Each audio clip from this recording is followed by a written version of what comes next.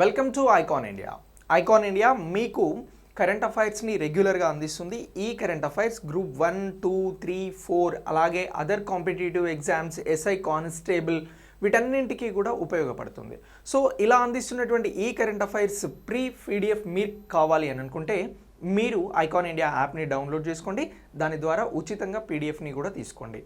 ఇక icon India అందిస్తున్నటువంటి ఈ కరెంట్ అఫైర్సే కాకుండా ఆన్లైన్ క్లాసెస్ తీసుకోవాలి అని అనుకుంటే మీకు గ్రూప్స్ కానీ ఎస్ఐ కానిస్టేబుల్ కానీ ఫుల్ కంటెంట్ జస్ట్ 499తో అందించడం జరుగుతూ ఉంది. సో ఆ క్లాసెస్ కావాలి అని అనుకున్నా కూడా మీరు ఐకాన్ ఇండియా యాప్ ద్వారానే రిజిస్టర్ చేసుకోవాల్సి ఉంటుంది.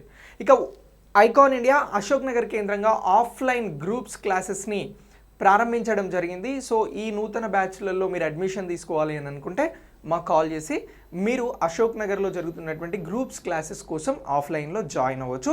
ఇక కరెంట్ అఫైర్స్ని స్టార్ట్ చేద్దాం. ఫస్ట్ కరెంట్ అఫైర్స్ కాన్సెప్ట్గా ఇక్రిసాట్ గురించి మాట్లాడుకుందాం. సరే ఏంటి సార్ ఈ ఇక్రిసాట్ అంటే?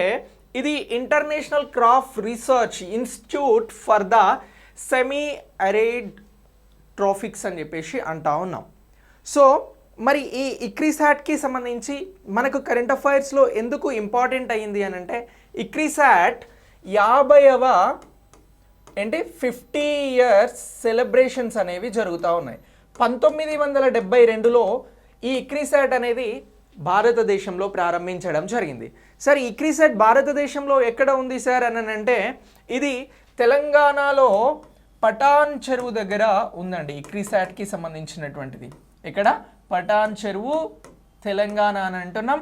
ఈ తెలంగాణ రాష్ట్రంలో ఉన్నటువంటి పటాన్ చెరువులో ఇక్రిసాట్ అనేది 1972లో స్థాపించడం జరిగింది అని అంటున్నాం. ఇప్పుడు 2022లో ఉన్నాం కాబట్టి ఈ 2022 ఈ రోజున 50 సంవత్సరాలకి సంబంధించినటువంటి స్వర్ణోత్సవ వేడుకలు ఇక్రిసాట్లో జరుగుతూ ఉన్నాయి. ఏమంటున్నాం? స్వర్ణోత్సవ వేడుకలు అనేవి జరుగుతూ ఉన్నాయి. సో మరి ఇలా జరుగుతున్నటువంటి ఈ స్వర్ణోత్సవ వేడుకలకి సంబంధించి ఎవరు చీఫ్ గెస్ట్గా రావడం జరిగింది అని అంటే ప్రైమ్ మినిస్టర్ మోడీ గారు ఈ వేడుకలకి హాజరయ్యారు. దేనికి సంబంధించి? ఇక్రిసాట్లో జరుగుతున్నటువంటి ఈ వేడుకలకి 50 వసంతాలకి సంబంధించినటువంటి వేడుకలు ఏవైతే ఉన్నాయో వీటిని ప్రైమ్ మినిస్టర్ మోడీ గారు ప్రారంభించడం జరిగింది. సరే ఇక్రిసాట్ని ఇంకా సింపుల్గా చెప్పాలని అంటే ఇది గ్రామీణాభివృద్ధికి సంబంధించి వ్యవసాయ పంటల పరిశోధన కేంద్రం. సింపుల్గా ఏంటి అని అంటే గ్రామీణాభివృద్ధికి సంబంధించి వ్యవసాయ పంటల పరిశోధన కేంద్రం అని అంటున్నాం. ఏంటి? పంటల పరిశోధన కేంద్రం అని అంటున్నాం. సార్ మరి మోడీ గారు ఈ 50 వసంతాల వేడుకలను ప్రారంభించారు అని అంటున్నాం. ఇందులో ఇంకా ఏమైనా ఇంపార్టెంట్ ఉందా అని అంటే ప్రైమ్ మినిస్టర్ మోడీ గారు ఇక్రిసాట్కి సంబంధించినటువంటి లోగోని, స్టాంప్ని కూడా రిలీజ్ చేయడం జరిగింది. ఏమంటున్నాం? లోగోని, స్టాంప్ని ఈ రెండింటిని కూడా విడుదల చేయడం జరిగింది, రిలీజ్ చేయడం జరిగింది. అలాగే ఇక్రిసాట్లో మాట్లాడుతూ ఏమన్నారు అని అంటే ప్రైమ్ మినిస్టర్ మోడీ గారు భారతదేశం ఇప్పుడు ఇటీవల పార్లమెంట్లో ప్రవేశపెట్టినటువంటి బడ్జెట్లో వ్యవసాయానికి అత్యంత ప్రాధాన్యతనిస్తుంది. ముఖ్యంగా సేంద్రియ వ్యవసాయానికి. ఏ వ్యవసాయానికి అని చెప్పేసి మాట్లాడారు? సేంద్రియ వ్యవసాయానికి, అలాగే డిజిటల్ వ్యవసాయానికి, డిజిటల్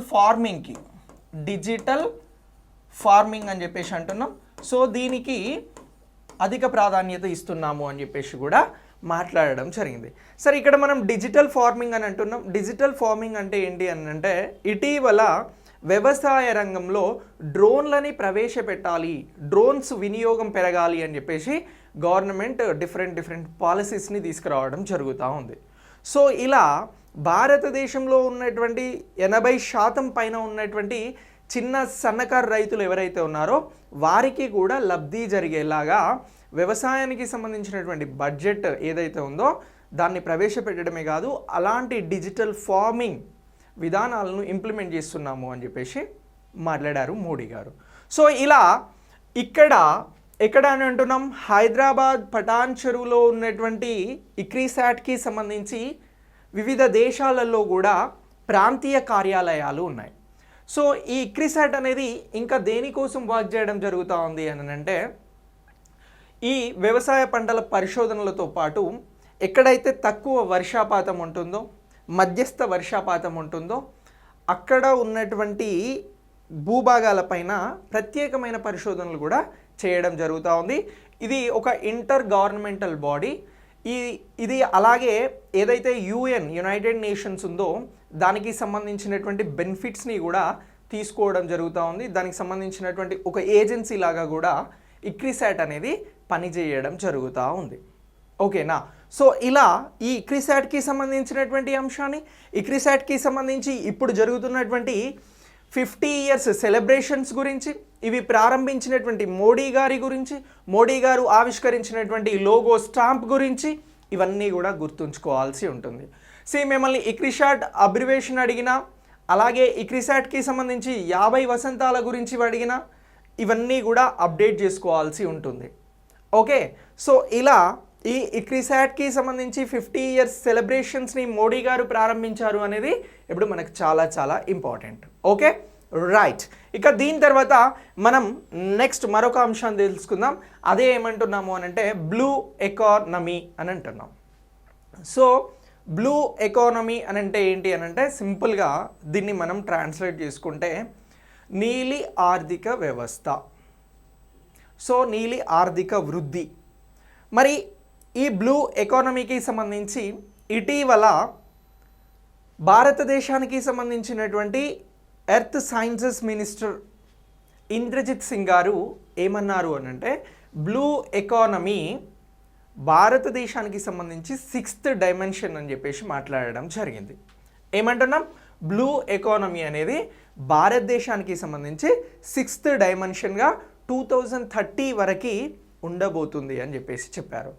సరే, ఈ బ్లూ ఎకానమీకి సంబంధించి అసలు ఏంటి సార్ ఈ బ్లూ ఎకానమీ అని అంటే, భారతదేశానికి సంబంధించినటువంటి తీర ప్రాంతం ఏదైతే ఉందో, ఈ తీర ప్రాంతం ఏదైతే ఉందో అంటే మనకి సముద్రాలు ఉన్నాయి కదా, బంగాళాఖాతం, హిందూ మహాసముద్రం, అలాగే అరేబియా మహాసముద్రం. సో ఇలా ఉన్నటువంటి ఈ సముద్రాలలో దొరికేటువంటి వనరులు ఏవైతే ఉంటాయో వాటిని వినియోగించుకోవడంతో పాటు ఈ తీర ప్రాంతాల ద్వారా జరిగేటువంటి పర్యాటక రంగం కావచ్చు, ఈ తీర ప్రాంతాల ద్వారా జరిగేటువంటి బిజినెస్ ట్రాన్స్పోర్ట్స్ కావచ్చు, వీటినన్నింటినీ కూడా బ్లూ ఎకానమీలో భాగంగా చూడడం జరుగుతూ ఉంది. సో దీనికి సంబంధించి భారత ఆర్థిక వ్యవస్థలో రానున్నటువంటి కాలంలో జీడిపిలో 4% దీని పాత్ర ఉంటుంది అని చెప్పేసి కూడా చెప్తా ఉన్నారు. ఎంత అని అంటున్నాం? 4% జీడిపిలో దీని పాత్ర ఉంటుంది, గ్రాస్ డొమెస్టిక్ ప్రొడక్షన్లో, స్థూల దేశోత్పత్తిలో అని చెప్పేసి భావిస్తూ ఉన్నారు.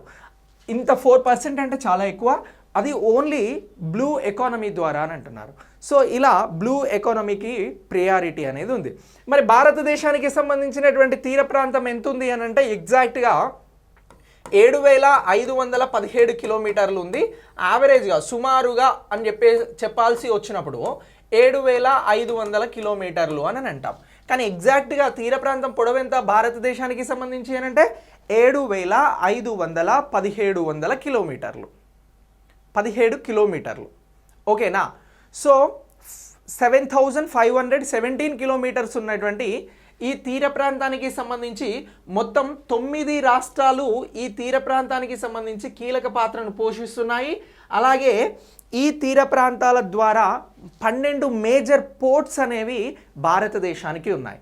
సో ఈ 12 మేజర్ పోర్ట్స్ 9 రాష్ట్రాల గుండా విస్తరించి ఉన్నటువంటి ద్వీపకల్ప అంటే 3 వైపుల నీరున్నటువంటి ఈ భారతదేశానికి సంబంధించి బ్లూ ఎకానమీ అనేది అత్యంత కీలకంగా 6th డైమెన్షన్గా ఉండబోతుంది అని చెప్పేసి చెప్పడం జరిగింది.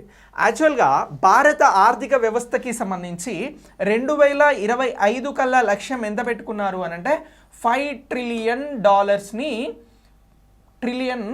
డాలర్స్ని టార్గెట్గా పెట్టుకోవడం జరిగింది. అయితే 2030 కల్లా 2030 కల్లా $10 ట్రిలియన్ టార్గెట్ని రీచ్ కావాలి అని చెప్పేసి భారత ఆర్థిక వ్యవస్థని ముందుకు తీసుకువెళ్ళాలి అని చెప్పేసి ఈ టార్గెట్స్తో పనిచేయడం జరుగుతూ ఉంది. అందులో బ్లూ ఎకానమీ అనేది కీలకం కాబోతుంది అని చెప్పేసి మినిస్టర్ గారు మాట్లాడడం జరిగింది. సో ఇలా ఈ బ్లూ ఎకానమీకి సంబంధించి ఇండియా గవర్నమెంట్ అనేది కొన్ని స్కీమ్స్ని రన్ చేస్తూ ఉంది. ఒకటి ఏంటి అంటే డీప్ ఓషన్ మిషన్. సో ఈ డీప్ ఓషన్ మిషన్కి సంబంధించి సముద్రాలలో ఉన్నటువంటి సజీవ నిర్జీవ వాటి ద్వారా లభించేటువంటి వనరులు ఏవైతే ఉంటాయో వాటి ద్వారా మార్కెట్ చేసుకోవడానికి ఈ డీప్ ఓషన్ మిషన్ అనేటువంటి దానిని రన్ చేస్తూ ఉన్నారు. ఇక అలాగే భారత్ నార్వే టాస్క్ ఫోర్స్ అనేది వర్క్ చేస్తూ ఉంది. సముద్ర ప్రాంతాలలో, సముద్ర తీర ప్రాంతాలలో ఉన్నటువంటి కలుషితమైనటువంటి వాటిని క్లియర్ చేసేందుకోసమని ఈ టాస్క్ ఫోర్స్ భారత్ నార్వే కలిపి నిర్వహిస్తున్నటువంటి ప్రాజెక్ట్ని కూడా మనం ఇంపార్టెంట్గా గుర్తుపెట్టుకోవాలి. ఇక సాగర్మాల ప్రాజెక్ట్కి సంబంధించి భారతదేశంలో ఉన్నటువంటి ఉత్పత్తులు ఏవైతే ఉన్నాయో వాటిని, అలాగే భారతదేశానికి దిగుమతి అయ్యేటువంటి వాటిని సాగర్మాల ప్రాజెక్టులో భాగంగా ఇంకా పెంచాలి అని చెప్పేసి చూస్తూ ఉన్నారు. దీని ద్వారా ఏంటి, రెవెన్యూ అనేది పెరుగుతుంది. అలాగే చిన్న చిన్న పోర్ట్స్ కానీ, పెద్ద పోర్ట్స్ డెవలప్మెంట్ కానీ, అందులోకి సంబంధించినటువంటి ఇప్పుడు అంతా డిజిటల్ మయం అయిపోతుంది కదా, సో దాన్నంతా కూడా డెవలప్ చేయాలి. అంటే టెక్నాలజీని బాగా సాగర్మాల ప్రాజెక్ట్కి సంబంధించి వాడుకోవాలి అనేటువంటి కాన్సెప్ట్ కూడా ఉంది. ఇక దీంతో పాటు ఓస్మార్ట్, ఇదే టెక్నాలజీ పరంగా కూడా పోర్ట్స్ని డెవలప్ చేయాలి అని చెప్పేసి ప్రయత్నం చేస్తున్నటువంటి ఈ స్కీమ్స్ గురించి, ఈ మిషన్స్ గురించి కూడా మనం ప్రత్యేకంగా గుర్తుంచుకోవాల్సి ఉంటుంది. దేనికి సంబంధించి అంటే బ్లూ ఎకానమీకి సంబంధించి. సో ఇలా పోర్ట్స్ని డెవలప్ చేయడం, డిఫరెంట్ మిషన్స్ని చేపట్టడం ద్వారా సో ఏం అవసరమో అది డెవలప్ అయి అలాగే బ్లూ ఎకానమీ అనేది ఇంక్రీజ్ అవుతుంది అని చెప్పేసి కూడా భావిస్తూ ఉన్నారు. ఇక దీంతో పాటు మరొక అంశం ఏంటి అని అంటే ఈ బ్లూ ఎకానమీ అనేటువంటి కాన్సెప్ట్ అసలు ఎప్పుడు వచ్చింది, ఎక్కడి నుంచి వచ్చింది అని చెప్పేసి కూడా మనం తెలుసుకుంటే బాగుంటుంది. సో బ్లూ ఎకానమీ అనేది గుంటర్ పాలీ అనేటువంటి రైటర్ 1992లో తను రాసినటువంటి పుస్తకంలో పరిచయం చేయడం జరిగింది. బ్లూ ఎకానమీ గురించి 2012లో చర్చలు ప్రారంభమయ్యాయి. సో ఈ ది బ్లూ ఎకానమీ కాన్సెప్ట్ ద్వారా 10-year concepts, 100 innovations, 100 million jobs అనేటువంటి కాన్సెప్ట్ తోటి ముందుకు వెళ్ళడం జరుగుతూ ఉంది. ది బ్లూ ఎకానమీ ద్వారా చెప్పినటువంటి సింపుల్ డెఫినేషన్ ఏంటి అని అంటే, నిర్వచనం ఏంటి అని అంటే 10 years టార్గెట్. అంటే ఇప్పుడు మనం 2019లోనే ది బ్లూ ఎకానమీని భారతదేశానికి సంబంధించి దీన్ని డిజైన్ చేయడం జరిగింది. సో 20 నుంచి 30 కల్లా దీని లక్ష్యాలను చేరుకునేందుకు ప్రయత్నాలు చేస్తున్నారు. ది బ్లూ ఎకానమీకి సంబంధించి 10 years టార్గెట్, 100 ఇన్నోవేషన్స్ అని అంటున్నాం, అలాగే 100 million జాబ్స్ అని చెప్పేసి కూడా మాట్లాడడం జరుగుతూ ఉంది. సో ఈ డెఫినేషన్ తోటి ముందుకు వెళ్ళడం జరుగుతూ ఉంది. ఇక దీంతో పాటు బ్లూ ఎకానమీ డ్రాఫ్ట్ పాలసీ ఏదైతే ఉందో దాన్ని కూడా భారత్ తయారు చేయడం జరిగింది. ఇగో యూజెస్ స్మార్ట్ షిప్పింగ్, అలాగే ఇంక్లూజివ్ అండ్ ఇంప్రూవ్ లైవ్స్ అని చెప్పేసి చెప్తా ఉన్నారు. ఇక రెన్యూవబుల్ ఎనర్జీకి కూడా సముద్రాలని వాడాలి అనేది ఇంకొక అంశం. దీంతో పాటు బేస్డ్ ఆన్ సస్టైనబుల్ ఫిషరీస్ అని చెప్పేసి అంటా ఉన్నాం. ఇక creating jobs, reducing poverty and hunger అని అంటున్నాం. Take action against the illegal fishing అని చెప్పేసి అంటున్నాం, సముద్ర దొంగతనాలను నిరోధించడం.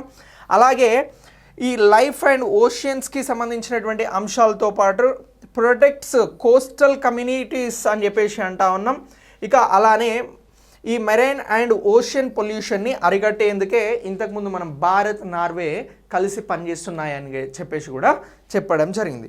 సో ఇలా ది బ్లూ ఎకానమీని సాధించేందుకు బ్లూ ఎకానమీని 6th డైమెన్షన్గా వాడబోతున్నాము అని చెప్పేసి, అలాగే ఈ blue economy draft policy documentation గురించి ప్రత్యేకంగా ఇటీవల ప్రస్తావించారు కాబట్టి మనం మాట్లాడుతున్నాం. 2019లోనే the blue economy draft policy document అనేది రూపొందించడం జరిగింది భారతదేశంలో.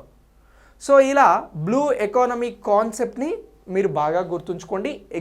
ఎనీ ఎగ్జామ్ దీని గురించి ఏదొచ్చినా ఈ సమాచారాన్ని మీరు బేసిక్గా గుర్తుంచుకోండి. Okay, right.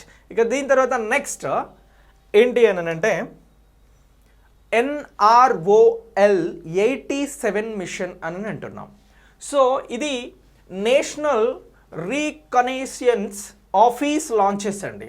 సో మరి ఇది దేనికి సంబంధించింది అని అంటే US మిలిటరీకి సంబంధించినటువంటి నిఘా ఉపగ్రహం అని అంటున్నాం. సో సైన్స్ అండ్ టెక్నాలజీకి సంబంధించి ఇంటర్నేషనల్ పాయింట్ ఆఫ్ వ్యూలో ఇది చాలా చాలా ఇంపార్టెంట్. సో ఇటీవల దీనిని ఎవరు ప్రయోగించడం జరిగింది అని అంటే స్పేస్ ఎక్స్ అనేది ప్రయోగించడం జరిగింది. ఈ స్పేస్ ఎక్స్ అనేది ఎలాన్ మస్క్ స్థాపించినటువంటి ప్రైవేట్ స్పేస్ ఏజెన్సీ. ఇది అమెరికా బేస్డ్గా చాలా ఉపగ్రహ ప్రయోగాలను అంటే శాటిలైట్స్ని కక్షలో ప్రవేశపెట్టడం జరుగుతూ ఉంది. స్పేస్ ఎక్స్కి రీయూజబుల్ రాకెట్స్ అనేవి ఉన్నాయి. అదే ఫాల్కన్ 9 అని చెప్పేసి మనం ప్రీవియస్ క్లాస్లో కూడా మాట్లాడడం జరిగింది. ఇప్పుడు కూడా ఈ ఫాల్కన్ రాకెట్ ద్వారా ఏం చేసినారు అని అంటే ఈ NROLకి సంబంధించినటువంటి ఒక శాటిలైట్ని ప్రవేశపెట్టడం జరిగింది. ఎన్ని కిలోమీటర్ల కక్షలోకి తీసుకెళ్ళి ఈ ఉపగ్రహాన్ని ప్రవేశపెట్టారు అని అంటే 512.7 కిలోమీటర్ల కక్షలోకి తీసుకెళ్ళి అంత దూరం తీసుకెళ్ళి కక్షలో దీన్ని ప్రవేశపెట్టడం జరిగింది. ఏ రాకెట్ అని అంటున్నాం? స్పేస్ ఎక్స్కి సంబంధించినటువంటి ఫాల్కన్ రాకెట్ అంటున్నాం. ఏ శాటిలైట్ని అని అంటే NROLకి సంబంధించినటువంటి శాటిలైట్ అని అంటున్నాం. ఓకేనా? ఇక దీన్ని ఇంకా ఏమని పిలుస్తున్నాం ఈ ఆర్బిట్ని అని అంటే ఇప్పుడు ప్రవేశపెట్టినటువంటి ఈ శాటిలైట్ ఆర్బిట్ని ఏమని అంటున్నాం అని అంటే సన్ సింక్రోనస్ ఆర్బిట్ అలాగే హీలియో సింక్రోనస్ ఆర్బిట్ అని చెప్పేసి పిలవడం జరుగుతూ ఉంది. సో ఇక ఈ NROL అనేటువంటి మిషన్ ఎప్పటి నుంచి పనిచేస్తుంది అని అంటే 1961 నుంచి కూడా ఇది పనిచేయడం జరుగుతూ ఉంది. ఇది అమెరికాకి సంబంధించినటువంటి నిఘా ఉపగ్రహాలని శాటిలైట్స్ని తయారు చేసి పంపిస్తూ ఉంటుంది. అయితే ఎప్పుడు నాసా పంపించేటువంటి ఈ శాటిలైట్ని ఇప్పుడు స్పేస్ ఎక్స్ ద్వారా పంపించడం జరిగింది. సో ఇలా ఈ అంశాన్ని గుర్తుంచుకోవాలి. ఇటీవల స్పేస్ ఎక్స్ శాటిలైట్స్ ప్రయోగానికి సంబంధించి ఏ శాటిలైట్ ప్రయోగాలను చేసింది, ఇంకా ఏ శాటిలైట్ ప్రయోగాన్ని చేయబోతుంది అని చెప్పేసి మిమ్మల్ని ఎక్కడైనా ఎగ్జామ్లో అడిగితే ఇంటర్నేషనల్ పాయింట్ ఆఫ్ వ్యూలో సైన్స్ అండ్ టెక్నాలజీలో స్పేస్ రీసెర్చెస్కి సంబంధించి మన నాలెడ్జ్ ఎలా ఉంది అని చెప్పేసి క్వశ్చన్ చేయొచ్చు ఎగ్జామ్లో. అప్పుడు మనం 100% ఆన్సర్ చేయాలి. సో మీకు ఇంతకు ముందు క్లాస్లో నేను ఇటలీకి సంబంధించినటువంటి భూ పర్యవేక్షణ శాటిలైట్ గురించి చెప్పాను. అది ఏంటి అని అంటే కాస్మోస్ సెకండ్ జనరేషన్ శాటిలైట్. దీని ఇటలీకి సంబంధించినటువంటి పరిశోధకులు ఇటాలియన్కి సంబంధించినటువంటి విశ్వవిద్యాలయాలు కలిసి డిజైన్ చేయడం జరిగింది. ఈ శాటిలైట్ని కూడా ఎవరు ప్రయోగించారు అని అంటే ఏ రాకెట్ ద్వారా ప్రయోగించడం జరిగింది అని అంటే స్పేస్ ఎక్స్కి సంబంధించినటువంటి ఫాల్కన్ రాకెట్ ద్వారానే ప్రయోగించడం జరిగింది అనేది మనం చెప్పినాం. సో ఇప్పుడు అదే స్పేస్ ఎక్స్ దేన్ని ప్రయోగించింది అని అంటే NROL 87 మిషన్కి సంబంధించి నిఘా ఉపగ్రహాన్ని నిఘా శాటిలైట్ని కూడా స్పేస్ ఎక్స్ ఫాల్కనే ప్రయోగించింది. ఇంకా దీని తర్వాత ఏం చేయబోతుంది ఈ స్పేస్ ఎక్స్ అని అంటే ఒక 49 స్టార్లింక్కి సంబంధించినటువంటి శాటిలైట్స్ని కూడా ప్రయోగించబోతుంది SpaceX Falcon rocket. So sir స్టార్లింక్కి సంబంధించినటువంటి శాటిలైట్స్ ఏంటి అని అంటే ఇప్పటివరకు మనం కమ్యూనికేషన్స్కి సంబంధించి ఏదైతే ఇంటర్నెట్ ఉందో అది టవర్స్ ద్వారా తీసుకుంటున్నాము, ఫైబర్ కేబుల్ ద్వారా తీసుకుంటున్నాం. నెక్స్ట్ త్రూ శాటిలైట్ ద్వారా డైరెక్ట్ ఇంటర్నెట్ అనేది అందించబోతున్నారు. అదే స్టార్లింక్ కాన్సెప్ట్. అలా అంటే శాటిలైట్ ద్వారా డైరెక్ట్ మీ మొబైల్కి ఇంటర్నెట్ అనేది వస్తుంది. దానిలో మధ్యలో మీకు ఫైబర్ కేబుల్స్ ఉండదు, అలాగే టవర్స్ ఉండవు. సో ఇలాంటి కాన్సెప్ట్కి సంబంధించినటువంటి ప్రయోగాల్ని కూడా ఎవరు చేయబోతున్నారు అని అంటే ఈ స్పేస్ ఎక్స్కి సంబంధించినటువంటి ఫాల్కన్ రాకెట్ ద్వారా స్పేస్ ఎక్స్ స్టార్లింక్ దానికి సంబంధించినటువంటి ప్రోగ్రామే ఆ శాటిలైట్స్ని కూడా ప్రయోగించబోతుంది. సో ఇలా ఈ మొత్తం కాన్సెప్ట్ని కూడా గుర్తుంచుకోండి. Very simple. ఇక్కడ క్వశ్చన్ ఒక్కటే, ఆ క్వశ్చన్ ఎలా ఇచ్చినా మనం ఆన్సర్ చేయాలి. ఇటీవల స్పేస్ ఎక్స్ ప్రయోగించినటువంటి శాటిలైట్స్ ఏవి అని అడుగుతారు. సో దీన్ని డిస్క్రిప్టివ్లో రాయాలి అని అంటే ఇటలీకి సంబంధించినటువంటి కాస్మో సెకండ్ జనరేషన్కి సంబంధించినటువంటి శాటిలైట్ గురించి రాయాలి. అలాగే ఇప్పుడు అమెరికాకి సంబంధించి నిఘా ఉపగ్రహం NROL గురించి రాయాలి. అలాగే నెక్స్ట్ స్టార్లింక్కి సంబంధించిన శాటిలైట్స్ని కూడా కక్షలో ఆర్బిట్లో ప్రవేశపెట్టబోతుంది స్పేస్ ఎక్స్ ఫాల్కన్ 9, దాని గురించి రాయాలి. అసలు ఫాల్కన్ 9 రాకెట్ గురించి రాయాలి అని అంటే ఇది రీయూజబుల్ రాకెట్ అనేది దానికి నిర్దేశించినటువంటి కక్షలోకి వెళ్ళి ఉపగ్రహాన్ని ప్రవేశపెట్టి మళ్ళీ సేమ్ తిరిగి కిందికి రావడం జరుగుతూ ఉంది. సో దీన్ని క్రియేట్ చేసినదే స్పేస్ ఎక్స్ కంపెనీ. ఇంతకుముందు నాసా కానీ భారతదేశంలో ఉన్నటువంటి ఇస్రో కానీ ఇతర దేశాలలో ఉన్నటువంటి అంతరిక్ష సంస్థలు రాకెట్స్ అనేవి తయారు చేస్తే కేవలం ఒకసారి మాత్రమే వాటిని యూజ్ చేసే అవకాశం ఉండేది.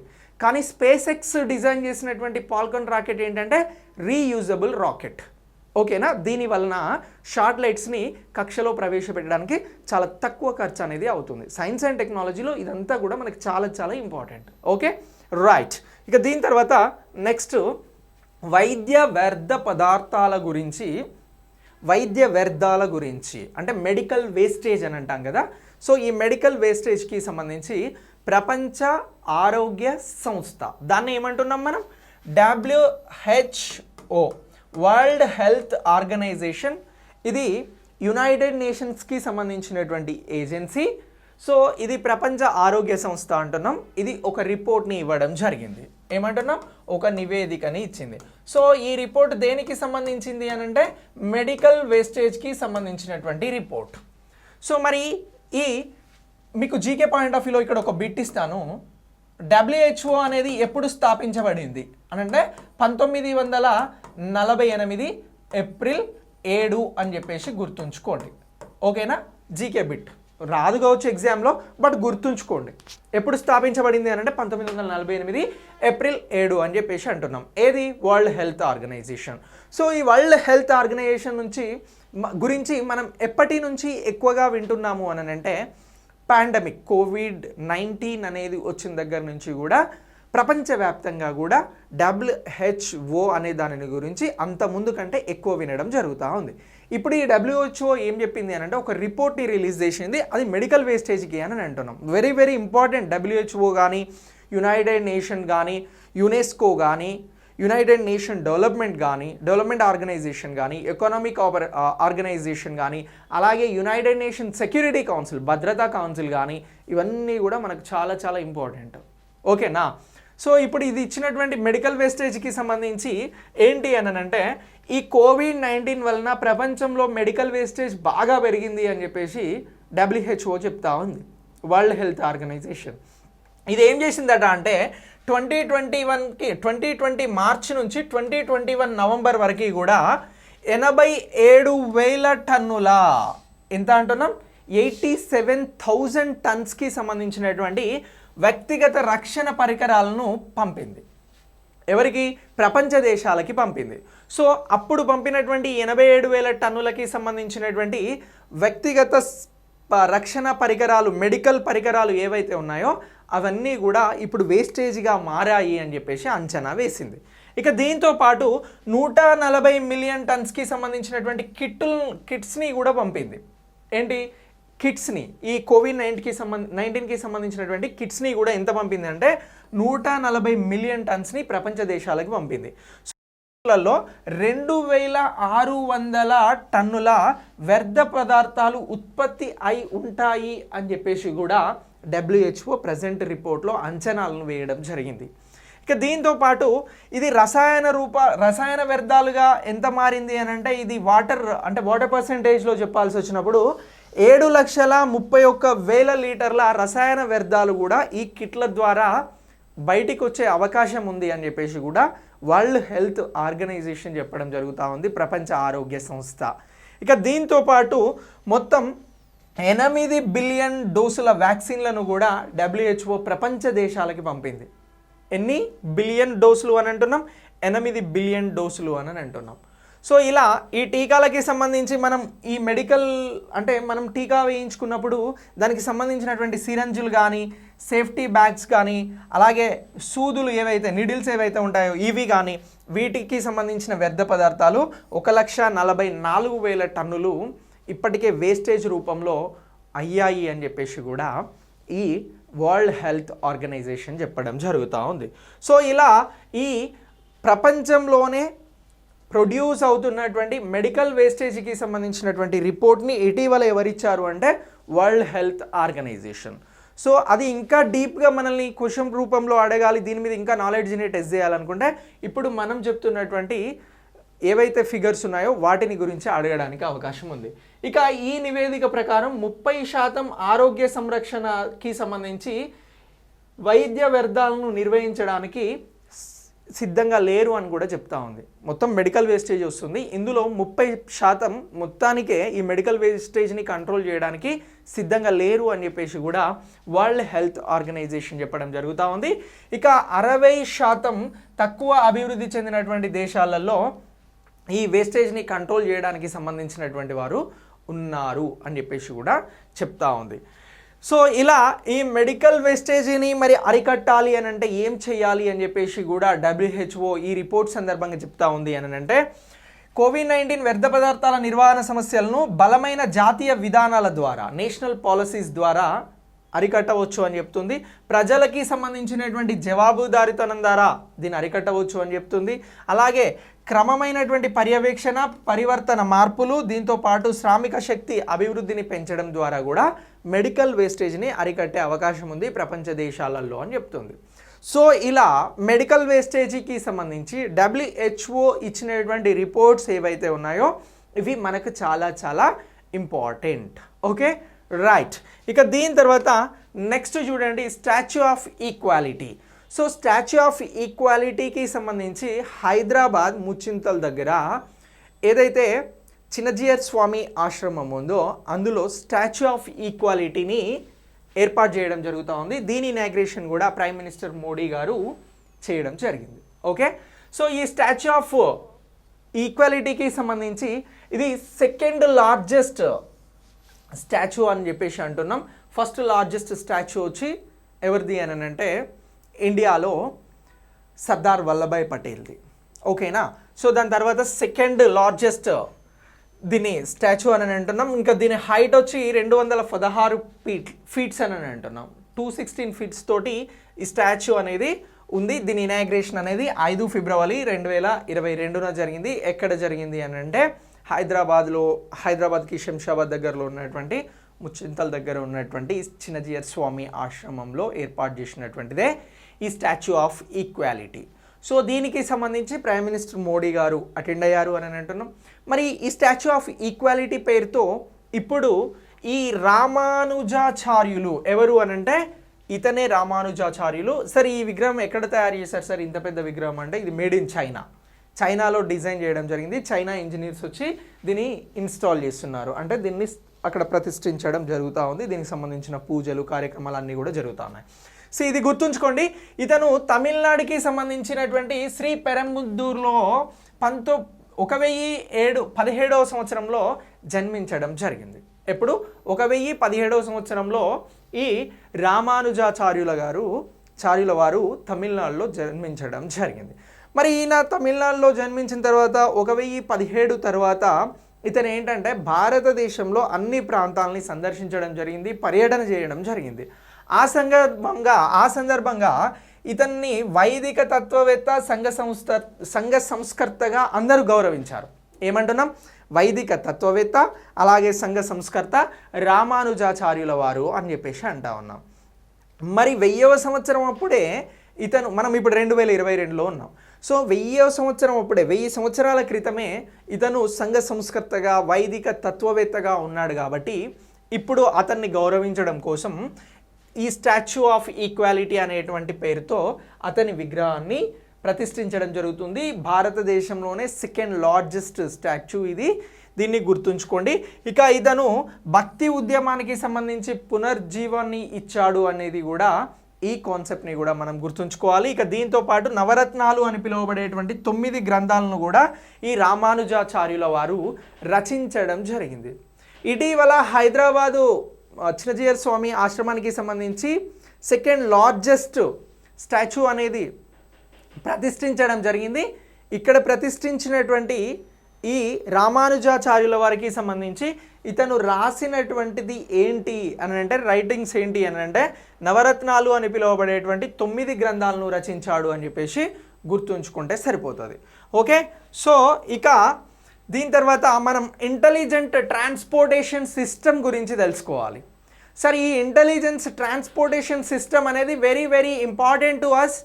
సో ఈ ఇంటెలిజెన్స్ ట్రాన్స్పోర్ట్ సిస్టమ్కి సంబంధించి ITS అని చెప్పేసి అంటా ఉన్నాం. సో ఇది కొరియన్కి సంబంధించినటువంటి టెక్నాలజీ, ఉత్తర కొరియాకి కాదు దక్షిణ కొరియాకి సంబంధించినటువంటి కొరియన్ టెక్నాలజీ అని అంటున్నాం.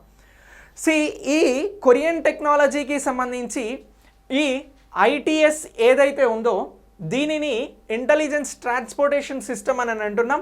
ఇది ITSలో visual managing service, video independence detection, traffic ఉల్లంఘనకి సంబంధించినటువంటి నిబంధనలను గుర్తించే నిఘా, వాహన గుర్తింపు, డ్రోన్ ఆధారిత నిఘా, టన్నెల్ మేనేజ్మెంట్ సిస్టమ్, స్పీడ్ మరియు ఎన్ఫోర్స్మెంట్స్ ఉన్నాయి అని అంటున్నాం. దేనిలో ఉన్నాయి ఇవన్నీ కూడా?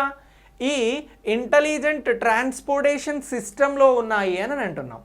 ఈ ఇంటెలిజెన్స్ ట్రాన్స్పోర్టేషన్ సిస్టంలో ఉన్నటువంటి దీనిని గురించి మనం ఎందుకు చెప్తా ఉన్నాము అని అంటే, ముంబై నాగపూర్కి సంబంధించి 16 గంటల టైం జర్నీ అనేది ఉంది. ఎన్ని గంటలు పడుతుంది? 16 hours వెహికల్స్లో పెడితే పడుతుంది. ఇలా 16 అవర్స్కి సంబంధించి ఈ 16 అవర్స్కి సంబంధించినటువంటి ప్రయాణ దూరాన్ని తగ్గించేందుకు, దీన్ని 8 అవర్స్కి తగ్గించేందుకు ఏం చేస్తున్నారు అని అంటే, ఈ బాంబే నుంచి నాగపూర్కి సంబంధించి 8 లైన్స్ రోడ్స్ని నిర్మించడం జరుగుతూ ఉంది. ఇది ఎక్స్ప్రెస్ వే అని చెప్పేసి అంటా ఉన్నాం. ఎన్ని లైన్స్లో ఉంది?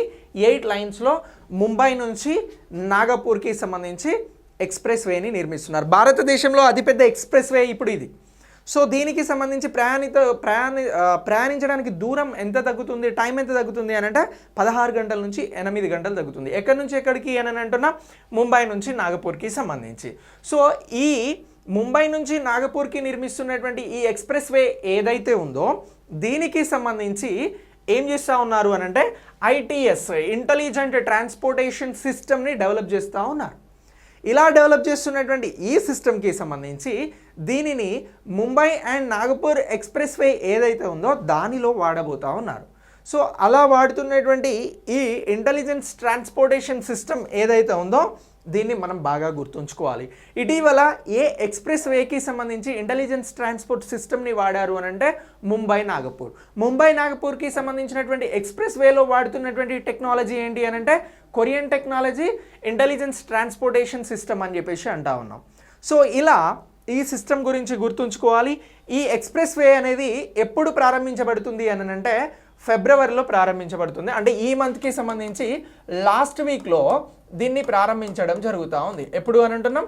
లాస్ట్ వీక్లో ఈ ఎక్స్ప్రెస్ వేకి సంబంధించినటువంటి మొదటి దశను ప్రారంభించడం జరుగుతూ ఉంది. ఓకేనా? సో ఇలా దీనికి సంబంధించినటువంటి అప్డేట్తో పాటు ఈ మొత్తం కాన్సెప్ట్ని కూడా గుర్తుంచుకోండి. వెహికల్స్ మొత్తం కూడా ఈ వేపై 150 కిలోమీటర్ల వేగంతో వెళ్ళేలాగా ఈ ఎక్స్ప్రెస్ వేని డిజైన్ చేయడం జరిగింది. సార్ దీన్ని ఎవరు నిర్మిస్తున్నారు సార్ అని అంటే Maharashtra state road development corporation అనేది నిర్మించడం జరుగుతూ ఉంది.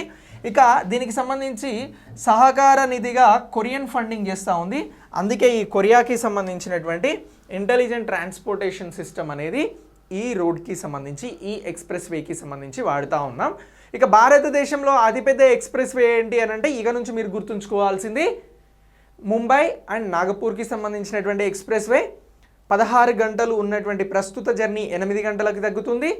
ఈ ఎక్స్ప్రెస్ వేకి సంబంధించి 150 కిలోమీటర్ల వేగంతో వాహనాలు ప్రయాణించవచ్చు. అలాగే ఈ ఎక్స్ప్రెస్ వే అనేది 8 లైన్స్ రోడ్స్ తోటి ఉంటుంది అని చెప్పేసి గుర్తుంచుకోండి. ఓకే, ఇందులో వాడుతున్నటువంటి టెక్నాలజీ ఇంటెలిజెంట్ ట్రాన్స్పోర్టేషన్ సిస్టమ్ అని చెప్పేసి బాగా గుర్తుంచుకోండి. ఇక దీని తర్వాత నెక్స్ట్ నెదర్లాండ్స్లో కొత్త హెచ్ఐవి వేరియంట్ని కనుగొనడం జరిగింది. నెదర్లాండ్కి సంబంధించినటువంటి సైంటిస్ట్స్ ఏమంటున్నాం, మనం ఇప్పుడు కోవిడ్ వేరియంట్స్ చూస్తున్నాం. నేను కోవిడ్ వేరియంట్ గురించి చెప్పట్లేదు, సైన్స్ పాయింట్ ఆఫ్ వ్యూలో ఇది చాలా ఇంపార్టెంట్. దేనిని గురించి చెప్తున్నాను అంటే ఇది కొత్తగా వచ్చినటువంటి హెచ్ఐవి వేరియంట్ అని అంటున్నాం. సో ఈ హెచ్ఐవి వేరియంట్ని ఎక్కడ కనుక్కున్నారు? ఇటీవల కొత్త హెచ్ఐవి వేరియంట్ అంటే నెదర్లాండ్స్ అని అంటున్నాం. సో ఈ వేరియంట్కి ఏమని పేరు పెట్టారు అని అంటే విబి వేరియంట్ అని పేరు పెట్టారు. ఏం వేరియంట్ అంటున్నాం? VB variant, visually based variant అని చెప్పేసి గుర్తుంచుకోవాలి. ఏమంటున్నాం? విజువల్లీ బేస్డ్ వేరియంట్ అని చెప్పేసి పేరుని పెట్టడం జరిగింది. ఇక ఈ కొత్త హెచ్ఐవి వేరియంట్కి సంబంధించి 1980 మరియు 90ల మధ్యలో ఇది మొదటిసారి ఉద్భవించింది. కానీ ఇప్పుడు కొత్తగా నెదర్లాండ్స్లో దీన్ని కనుగొనడం జరిగింది. ఈ వేరియంట్ని 2010 నుంచి ఇది క్షీణించడం ప్రారంభించింది.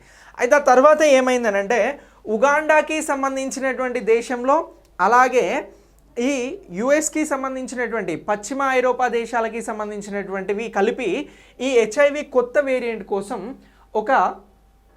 ఏం ప్రారంభించాయి అని అంటే బీహైవ్ ప్రాజెక్ట్ని ప్రారంభించడం జరిగింది. హెచ్ఐవికి సంబంధించి కొత్త వేరియంట్కి సంబంధించిన ప్రయోగాల కోసం ఇటీవల కనుగొనబడి ప్రాజెక్ట్ని స్టార్ట్ చేశారు. ఆ ప్రాజెక్ట్ పేరేమిటి అని అడగవచ్చు. హెచ్ఐవి వేరియంట్ అంటేనేమో విబి వేరియంట్. సో ప్రాజెక్ట్ ఏంటి, దీనికి సంబంధించిన రీసెర్చ్ కోసం అని అంటే బీహైవ్, ఏమంటున్నాం, బీహైవ్ ప్రాజెక్ట్ అని అంటున్నాం. సో ఇది దేనికి సంబంధించి చేస్తున్నారు అని అంటే హెచ్ఐవి కొత్త వేరియంట్కి సంబంధించి, అది VB variant, visually based variant అని చెప్పేసి అంటా ఉన్నాం. సో ఇక ఇది ఉగాండాలో తగ్గుముఖం పడితే ఇప్పుడు యూఎస్ కానీ ఐరోపా దేశాలలో దీని ప్రాధాన్యత పెరుగుతుంది, దీని వేరియంట్స్ పెరుగుతున్నాయి అని చెప్పేసి చెప్తా ఉన్నాం. ఇక ఈ హెచ్ఐవికి సంబంధించి ఇంకా ఏమంటున్నాము అని అంటే ఈ వేరియంట్ సోకినటువంటి రోగులు ఎవరైతే ఉన్నారో వీరిని CD4 క్షీణత 2 రెట్లు ఎక్కువగా ఉంటుంది అని అంటున్నాం. సో CD4 అంటే మళ్ళీ తెలుసుకోవాలి ఇక్కడ. సో ఏవైతే కణాలు ఉంటాయో వాటికి సంబంధించి శరీర ప్రతిస్పందనను ప్రేరేపిస్తాయి, దాన్ని CD4T అని చెప్పేసి అంటా ఉన్నాం, CD4 అని అంటున్నాం. సో ఇలా ఈ వేరియంట్కి సంబంధించి దీన్ని విబి వేరియంట్ అని పేరు పెట్టడం జరిగింది. దీనికి సంబంధించి బీహైవ్ ప్రాజెక్ట్ ద్వారా దీని మీద రీసెర్చ్ జరుగుతుంది అని అంటున్నాం. దీనికి సంబంధించి ఎక్కువ మ్యూటేషన్స్ ఉన్నాయి, ఇది రోగ నిరోధక శక్తిని పూర్తిగా డ్యామేజ్ చేస్తుంది అని చెప్పేసి కూడా ఈ విబి వేరియంట్ హెచ్ఐవి దాని గురించి గుర్తుంచుకోండి. ఇది ఇటీవల ఎక్కడ గుర్తించడం జరిగింది అని అంటే నెదర్లాండ్స్ అని చెప్పేసి గుర్తుంచుకుంటే సరిపోతుంది. ఓకేనా? సో ఇలా సైన్స్ పాయింట్ ఆఫ్ వ్యూలో ఈ టాపిక్ని కూడా మీరు అప్డేట్ చేసుకోండి. ఇక వరల్డ్ ఇంటర్ఫెయిత్ హార్మోనీ వీక్ అని చెప్పేసి అంటా ఉన్నాం. దీన్ని ఎప్పటి నుంచి ఎప్పటి వరకు నిర్వహించడం జరుగుతుంది అని అంటే Feb 1 నుంచి 7th వరకు నిర్వహించడం జరుగుతూ ఉంది. సింపుల్గా ఈ వరల్డ్ ఇంటర్ఫెయిత్ హార్మోనీ వీక్ని ఏమంటున్నాం మనం తెలుగులో అంటే ప్రపంచ సర్వమత సామరస్య వారోత్సవం అని చెప్పేసి అంటా ఉన్నాం. ఎప్పటి నుంచి ఎప్పటి వరకు నిర్వహిస్తున్నాం దాన్ని? February 1 నుంచి February 7th వరకు నిర్వహించడం జరుగుతూ ఉంది. ప్రపంచ సంస్కృతి, శాంతి, అహింసను ప్రోత్సహించడానికి రూపొందించినటువంటిదే ఈ వరల్డ్ ఇంటర్ఫెయిత్ హార్మోనీ వీక్. దీన్నే ప్రపంచ సర్వమత సామరస్య వారోత్సవం అని అంటున్నారు. సింపుల్గా మిమ్మల్ని ఎగ్జామ్లో అడగవచ్చు, ఇటీవల ప్రపంచ సర్వమత సామరస్య వారోత్సవాన్ని ఎప్పుడు జరిపారు అని అంటే మీ ఆన్సర్ February 1 నుంచి February 7th వరకు అని direct question, direct answer. So అలా మరి ఇది మొదటిసారి ఎప్పుడు దీన్ని ప్రతిపాదించడం జరిగింది, ఎక్కడ ప్రతిపాదించడం జరిగింది, ఎవరు ప్రతిపాదించారు అని అంటే 2010లో జోర్డాన్కి సంబంధించినటువంటి రాజు అబ్దుల్లా II అనే అతను ఐక్యరాజ్య సమితిలో దీన్ని ప్రతిపాదించడం జరిగింది. క్వశ్చన్లో దీన్ని ఎప్పటి నుంచి ఎప్పటి వరకు నిర్వహించారు అని అడగవచ్చు. స్టేట్మెంట్ లెవెల్ క్వశ్చన్ అయితే సెకండ్ పాయింట్, ఐక్యరాజ్య సమితిలో జోర్డన్ రాజు అబ్దుల్లా II దీన్ని 2010లో ప్రతిపాదించడం జరిగింది ఐక్యరాజ్య సమితిలో అంటారు. ఆ స్టేట్మెంట్ కూడా రైట్ అవుతుంది. సో ఇలా ఈ 2 పాయింట్స్ని గుర్తుంచుకోండి. ఇక కామన్వెల్త్ ఇనిషియేషన్ అనేది 2007లో ప్రారంభించబడింది. దీనికి సంబంధించి 2 అంశాలు ఉన్నాయి. ఒకటి సాధారణ ప్రాథమిక మతపరమైనటువంటివి, ఆజ్ఞల ఆధారంగా చర్చలు జరపాలి అని చెప్పేసి ముస్లిం క్రైస్తవ నాయకులకు పిలుపునిచ్చినటువంటిదే ఈ కామన్వెల్త్ ఇనిషియేటివ్. ఓకేనా? ఆ తర్వాత ఈ జోర్డాన్ రాజ్ అబ్దుల్లా II ఏం చేసినాడు అని అంటే వరల్డ్ ఇంటర్ఫెయిత్ హార్మోనీ వీక్కి సంబంధించినటువంటి ప్రతిపాదనలు పెట్టడం జరిగింది. సో ఇలా ఈ వరల్డ్ ఇంటర్ఫెయిత్ హార్మోనిక్ వీక్ అనేది నిర్వహించడం జరుగుతూ ఉంది. దీనికి సంబంధించి ఇంటర్నేషనల్ పాయింట్ ఆఫ్ వ్యూలో ఇంపార్టెంట్ వీక్గా గుర్తుంచుకోండి. మనం ఇంపార్టెంట్ డేట్స్ని గురించి ఎప్పటికప్పుడు తెలుసుకుంటూనే ఉన్నాం. ఇక నెక్స్ట్ కాన్సెప్ట్ వచ్చి కరెంట్ అఫైర్స్లో భారతదేశంలో నిరుద్యోగిత. సో ఇదందరికీ తెలుసు, మనందరికీ సంబంధించినటువంటి టాపిక్. సో మరి అన్ఎంప్లాయ్మెంట్ ఇన్ ఇండియా అనే దానికి సంబంధించి ఇటీవల ఒక రిపోర్ట్ రావడం జరిగింది. సో ఇది 2021 డిసెంబర్కి బిఫోర్ ఉన్నటువంటి రిపోర్ట్తో పాటు జనవరిలో ఎలా ఉంది అన్ఎంప్లాయ్మెంట్ ఇన్ ఇండియా అనేది చెప్పడం జరిగింది. ఇప్పుడు రాష్ట్రాలలో ఏ రాష్ట్రాలలో తక్కువ అన్ఎంప్లాయ్మెంట్ ఉంది, ఏ రాష్ట్రాలలో ఎక్కువ అన్ఎంప్లాయ్మెంట్ ఉంది అనేది ఈ జనవరికి సంబంధించి రిపోర్ట్ ఇచ్చింది. సో దీన్ని కూడా మనం ఎకానమీ పాయింట్ ఆఫ్ వ్యూలో కరెంట్ ఎకానమీకి సంబంధించి ఎస్పెషల్లీ మనం చదువుతున్నటువంటి గ్రూప్ 1, 2, 3 కానీ అదర్ కాంపిటేటివ్లో కానీ దీనికి సంబంధించి బిట్స్ ఉంటాయండి, అన్ఎంప్లాయ్మెంట్కి సంబంధించి, పావర్టీకి సంబంధించి. సో ఇలా ఇది మనకి ఇంపార్టెంట్. సో ఈ రిపోర్ట్ని ఎవరు ఇచ్చారు అని అంటే centre for monitoring Indian economy అని అంటున్నాం, CMIE వారు ఇవ్వడం జరిగింది. సో ఇది economic think tank centre for monitoring Indian ఎకానమీకి సంబంధించి ఇది జనవరి 2022కి సంబంధించి భారతదేశంలో నిరుద్యోగత రేటు తగ్గింది, గతంతో పోల్చుకుంటే అది 6.57గా ఉంది అని చెప్పేసి చెప్తా ఉంది. నిరుద్యోగత రేట్ అనేది గత 4 నెలలతో పోల్చుకున్నప్పుడు ఇప్పుడు తగ్గింది అని చెప్తున్నారు. సో గత 4 నెలలలో గరిష్ట స్థాయి ఎంత అని అంటే 7.91 ఉండింది. ఇప్పుడు నిరుద్యోగత స్థాయి జనవరిలో ఎంత ఉంది అని అంటే 6.57 ఉంది అని చెప్పేసి చెప్తా ఉంది. బట్ ఇంత ఉండడం కూడా చాలా ఎక్కువ నిరుద్యోగిత అనేది ప్రజెంట్ భారతదేశంలో ఉంది, మనందరం ఫేస్ చేస్తున్నాం. సో ఇలా ఈ నిరుద్యోగితకి సంబంధించి నవంబర్లో ఇది 6.97గా ఉండడం జరిగింది. ఇప్పుడు అది ఇంకా కొంచెం తగ్గి 6.57కి మారింది అని చెప్పేసి అంటా ఉన్నాం. ఇక రాష్ట్రాల వారీగా ఏ రాష్ట్రంలో తక్కువ నిరుద్యోగిత ఉంది అని అంటే తెలంగాణలోనే తక్కువ నిరుద్యోగిత ఉంది, అది 0.7%గా ఉంది అని చెప్పేసి ప్రజెంట్ రిపోర్ట్ చెప్తా ఉంది ఈ centre for monitoring Indian economy ఇచ్చినటువంటి రిపోర్ట్. ఇక దీంతో పాటు గుజరాత్లో 1.2% నిరుద్యోగిత ఉంది, మేఘాలయలో 1.5% ఉంది అని చెప్పేసి చెప్తా ఉంది, ఒడిశాలో 1.8, కర్ణాటకలో 2.9 నిరుద్యోగిత అనేది నమోదయ్యింది అని చెప్పేసి ఈ రిపోర్ట్ చెప్తా ఉంది. మరి ఏ రాష్ట్రాలలో అత్యధికంగా నిరుద్యోగ రేటు ఉంది అనేది, అన్ఎంప్లాయ్మెంట్ రేటు ఏ రాష్ట్రాలలో ఎక్కువగా ఉంది అని అంటే జనవరి 2022 ప్రకారం హర్యానా అనే రాష్ట్రంలో అత్యధికంగా నిరుద్యోగిత ఉంది అని చెప్పేసి ఈ ప్రజెంట్ రిపోర్ట్ అనేది చెప్తా ఉంది. ఎంత పర్సెంట్ ఉంది హర్యానాలో అంటే 23.4%గా నమోదవ్వడం జరిగింది. ఇక దీంతో పాటు నెక్స్ట్ రాజస్థాన్లో 18.9%గా ఉంది, త్రిపురలో 17.1%గా ఉంది, జమ్మూ కాశ్మీర్లో 15% ఉంది, ఢిల్లీలో 14.1%గా ఉంది. సో నిరుద్యోగితకి సంబంధించి ఎక్కువ ఏ రాష్ట్రంలో నిరుద్యోగిత ఉంది అని అంటే మనం హర్యానా అని చెప్పాలి, తక్కువ ఏ రాష్ట్రంలో నమోదైంది అని అంటే తెలంగాణ అని చెప్పాలి. ఈ రెండింటిని కూడా గుర్తుంచుకోండి. ఇంకా హర్యానా తర్వాత ఎక్కువగా నిరుద్యోగం అనేది రాజస్థాన్లో ఉంది. ఇక తెలంగాణలో తక్కువ నిరుద్యోగితగా నిరుద్యోగం నమోదైంది అని అంటున్నాం కదా, దాని తర్వాత ఏ రాష్ట్రం ఉంది అని అంటే గుజరాత్ అని చెప్పేసి గుర్తుంచుకోండి.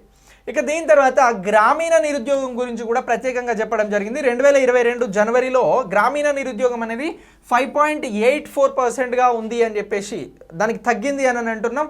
అంతకుముందు ఎంత ఉంది అని అంటే 2021లో 7.28%గా ఉంది అన్ఎంప్లాయ్మెంట్. ఇక పట్టణ నిరుద్యోగానికి సంబంధించి 2021లో 9.30%గా ఉంటే ఇది ఇప్పుడు 8.16%గా ఉంది. ఓవరాల్గా నిరుద్యోగిత రేటు అన్నిట్లలో కూడా తగ్గింది. రాష్ట్రాల వారీగా చూస్తే హర్యానాలో ఎక్కువ ఉంది, రాష్ట్రాల వారీగా తక్కువ నిరుద్యోగిత ఎక్కడ నమోదైంది అని అంటే తెలంగాణలో నమోదైంది అని చెప్పేసి ఈ centre for monitoring Indian economy ఇస్తున్నటువంటి రిపోర్ట్ని గురించి. ఇది ఓన్లీ జనవరి మంత్ని పోల్చి చెప్తూ ఇచ్చినటువంటి రిపోర్ట్. జస్ట్ దీన్ని మీరు తెలుసుకొని పెట్టుకోండి, నెక్స్ట్ దీనికి అప్డేట్ వచ్చినప్పుడు మళ్ళీ తెలుసుకుందాం. ఇక పర్యావరణం మరియు అటవీ అనుమతులకి సంబంధించినటువంటి కాన్సెప్ట్ని ఇక్కడ మనం ప్రత్యేకంగా తెలుసుకోవాలి. ఎన్విరాన్మెంట్కి సంబంధించినటువంటి ఇష్యూస్ మనకు చాలా రేర్గా ఈ కాన్సెప్ట్ దొరుకుతూ ఉంటాయి. దీనికి సంబంధించి ఇప్పుడు ఎగ్జామ్స్లో ప్రయారిటీ అనేది చాలా ఎక్కువగా ఉంది. సో ఇప్పుడు ఎన్విరాన్మెంట్ అండ్ అటవీ అనుమతులకి సంబంధించినటువంటి అంశాన్ని మనం ఎక్కడి నుంచి మొదలు పెట్టాలి అని అంటే కాన్ఫరెన్స్ ఆఫ్ పార్టీస్ 26కి సంబంధించి మొదలు పెట్టాలి. ఇది గ్లాస్గోలో జరిగింది. సో ఇది నేను చాలా సందర్భాలలో చెప్తా వస్తూ ఉన్నాను. ఇందులో ప్రైమ్ మినిస్టర్ మోడీ గారు ఒక ప్రామిస్ చేయడం జరిగింది. ఏమని ప్రామిస్ చేసినారు అని అంటే 2070 కల్లా భారతదేశంలో 0 ఉద్గారాల దేశంగా భారతదేశంను మారుస్తాము అని అన్నారు. మరి దానికి సంబంధించి పర్యావరణం అనేది అత్యంత కీలకం. వాతావరణ మార్పులు అనేవి ప్రపంచాన్ని విపరీతంగా ప్రభావితం చేస్తూ ఉన్నాయి. ఈ టైంలో పర్యావరణ అనుమతులకి సంబంధించి 2014 నుంచి 19కి ఉన్నటువంటి పర్యావరణ అనుమతులపైన ఒక అంశం బయటకు వచ్చింది.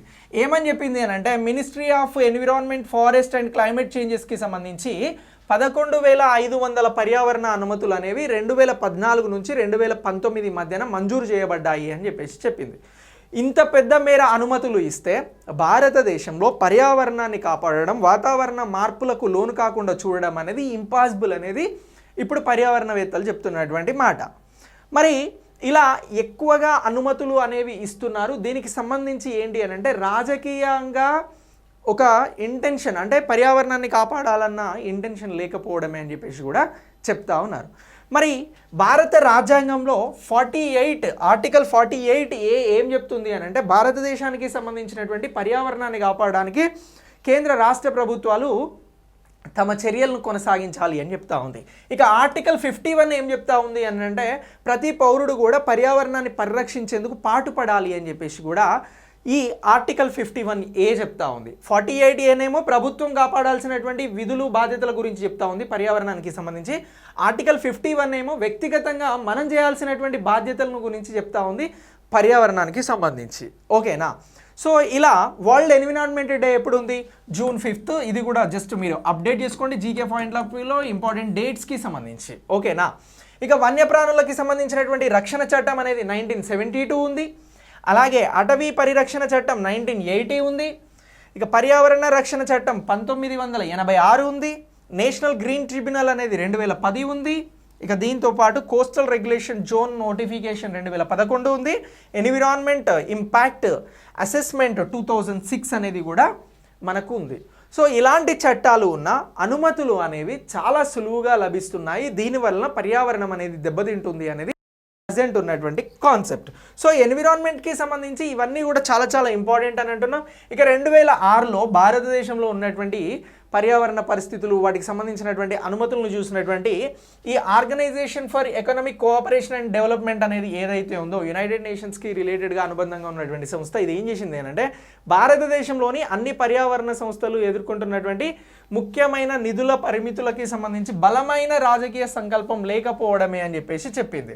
సార్ మరి పర్యావరణాన్ని కాపాడాలంటే ఇప్పుడు ఏం కావాలి సార్ అంటే యాక్ట్స్తో పాటు పర్యావరణానికి సంబంధించి పనిచేసేటువంటి సిబ్బంది కావాలి. ఒక ప్రాజెక్ట్ ఎక్కడో నార్త్ ఇండియాలో ఉంటుంది, మరొక ప్రాజెక్ట్ సౌత్ ఇండియాలో ఉంటుంది, ఒక ప్రాజెక్ట్ వచ్చి నార్త్ ఈస్టర్న్లో ఉంటుంది, ఒక ప్రాజెక్ట్ వచ్చి వెస్ట్లో ఉంటుంది. సో ఇక్కడ ఇంతమంది అంటే ఇన్ని ప్రాజెక్ట్స్ ఉన్నప్పుడు వీటిపైన పనిచేయడానికి సరిపడినటువంటి సిబ్బంది అనేది లేదు. మనం ఇంతకుముందు చెప్పాం పర్యావరణాన్ని కాపాడడం కోసం సుప్రీంకోర్టు ఇటీవల ప్రభుత్వాన్ని ప్రశ్నించింది. ఏమని ప్రశ్నించింది అంటే Indian administration service, Indian police service ఇలాంటి సర్వీసెస్ ఉన్నట్లు, ఇండియన్ ఫారెస్ట్ సర్వీస్ ఉన్నట్లు ఇండియన్ ఎన్విరాన్మెంట్ సర్వీస్ని ఎందుకు తీసుకురారు అని చెప్పేసి ప్రభుత్వాన్ని క్వశ్చన్ చేయడం జరిగింది సుప్రీంకోర్టు. అంటే పర్యావరణ అనుమతులలో చాలా చాలా అవినీతి జరుగుతూ ఉంది. అలాగే అనుమతులు అనేవి ఈజీగా వస్తున్నాయి, పెద్ద పెద్ద ప్రాజెక్టులకి సంబంధించి పెద్ద ఎత్తున లాస్ అవుతున్నారు అని చెప్పేసి కూడా చెప్పడం జరుగుతూ ఉంది. సో ఇలా ఈ పర్యావరణానికి సంబంధించి అనుమతులకు సంబంధించినటువంటి రిపోర్ట్ వచ్చిన నేపథ్యంలో ఇదంతా మనం తెలుసుకోవడం జరుగుతూ ఉంది. ఎన్విరాన్మెంట్కి సంబంధించినటువంటి కాన్సెప్ట్లో ఇది చాలా చాలా ఇంపార్టెంట్ అని అంటున్నాం. ఇక ఇంతకుముందు మీకు చెప్పినటువంటి కెన్ బెట్వా లింక్ ప్రాజెక్ట్ ఏదైతే నదుల అనుసంధానానికి సంబంధించినటువంటి ప్రక్రియ ఉందో దానికి సంబంధించి కూడా ఏం చేసినారు అని అంటే అనుమతులను అనేది ఈజీగా మంజూరు చేయడం జరిగింది అని చెప్పేసి ఒక ప్రపోజల్ ఉంది, ఒక అది ఉంది. ఇక దాంతోపాటు ఈ 2000 మెగావాట్లకి సంబంధించి సుబామ్ సిరి ప్రాజెక్ట్ ఏదైతే ఉందో ఈ ప్రాజెక్ట్కి సంబంధించినటువంటి అనుమతులను కూడా చాలా ఈజీగా ఇవ్వడం జరిగింది. ఇక ఈ దిబాంగ్కి సంబంధించి బహుళార్థ ప్రాజెక్ట్ అనేది ఇది అరుణాచల్ ప్రదేశ్లో ఉంది. దీనికి సంబంధించి అక్కడ ఉన్నటువంటి ముఖ్యమంత్రి కానీ ఇతరులు కానీ ఈ ప్రాజెక్టు విషయంలో అసలు పర్యావరణ అంశాలను పట్టించుకోవడం లేదు అని చెప్పేసి కూడా మాట్లాడుతూ ఉన్నారు. సో ఇలా ఈ ఎన్విరాన్మెంట్కి సంబంధించినటువంటి కాన్సెప్ట్స్ని కూడా మీరు ప్రత్యేకంగా అప్డేట్ చేసుకోండి ఫర్ యువర్ ఎగ్జామ్స్. సో ఈ కరెంట్ అఫైర్స్ అనేది మీకు నచ్చితే మీ ఫ్రెండ్స్కి ఫార్వర్డ్ చేయండి. మీరు ఇలాంటి కరెంట్ అఫైర్స్ కోసం ఐకాన్ ఇండియాని సబ్స్క్రైబ్ చేసుకోండి. ఈ పీడిఎఫ్ కోసం మీరు ఐకాన్ ఇండియా యాప్ని డౌన్లోడ్ చేసుకోండి. Thanks for watching.